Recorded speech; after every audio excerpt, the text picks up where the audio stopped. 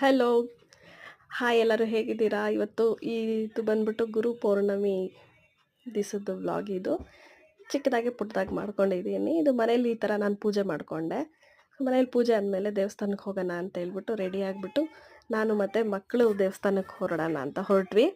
ಸಾಯಿಬಾಬಾ ದೇವಸ್ಥಾನಕ್ಕೆ R B ಲೇಔಟಲ್ಲೇ ಅಲ್ಲೇ ಹೋಗೋದು ಆಲ್ಮೋಸ್ಟು. ಸೊ ಅಲ್ಲಿ ಹೋಗಿ ಜಸ್ಟ್ ರೈಟ್ ಅಂತ ತೊಗೊಂಡಿದ್ದ ತಕ್ಷಣ ಫುಲ್ಲು ಖುಷಿ ಆಗೋಯ್ತು.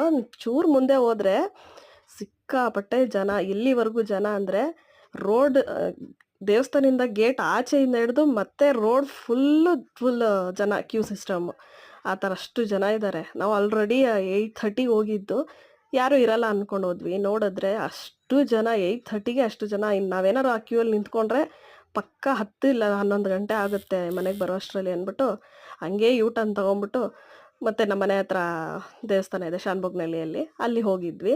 ಫಸ್ಟ್ ಅಲ್ಲೇ ಹೋಗೋಣ ಅಂದ್ಕೊಂಡ್ವಿ, ಮತ್ತೆ ಬೇಡ ಅಂದ್ಬಿಟ್ಟು ಇಲ್ಲಿ ಬಂದ್ವಿ. ನೋಡಿದ್ರೆ ಮತ್ತೆ ಇಲ್ಲಿಂದ ಅಲ್ಲಿ ಹೋಗೋ ಥರ ಪರಿಸ್ಥಿತಿ ಬಂತು. ಈ ಕ್ಯೂ ಬಂದ್ಬಿಟ್ಟು ಪೋಲಾರ್ ಬೇರ್ ಆವತ್ತು ಆಫರ್ ಇದೆ ಅಂತ ಹೇಳ್ಬಿಟ್ಟು ಇದರಲ್ಲಿ ಯಾವುದೋ ವೀಡಿಯೋ ನೋಡಿದ್ವಿ. ಅದಕ್ಕೋಸ್ಕರ ಹೋಗೋಣ ಅಲ್ಲಾದರೂ ಅಂತ ಹೇಳ್ಬಿಟ್ಟು ನೋಡಿದ್ರೆ ಅಲ್ಲೂ ಶಾಪಿಂದ ಆಚೆ ಅಷ್ಟು ಜನ ಕ್ಯೂ. ಆಫರ್ ಅಂದರೆ ಹೇಗಿರುತ್ತೆ ನೋಡಿ. ಆಮೇಲೆ ಮತ್ತೆ ಈ ಸಾಯಿಬಾಬಾ ದೇವಸ್ಥಾನಕ್ಕೆ ಬಂದ್ವಿ.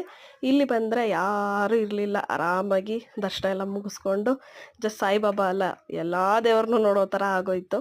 ಸೊ ಎಲ್ಲ ದೇವ್ರನ್ನ ಕೈ ಮುಕ್ಕೊಂಡು ಆರಾಮಾಗಿ ಎಂಜಾಯ್ ಮಾಡಿಕೊಂಡು ಮಕ್ಕಳ ಜೊತೆ ಪ್ರಸಾದ ಕೊಟ್ಟರು, ಪ್ರಸಾದ ತೊಗೊಂಡು ತಿನ್ಕೊಂಡು ಸ್ವೀಟ್ ಮೈಸೂರು ಪಾಕ್ ಕೊಟ್ಟಿದ್ದು.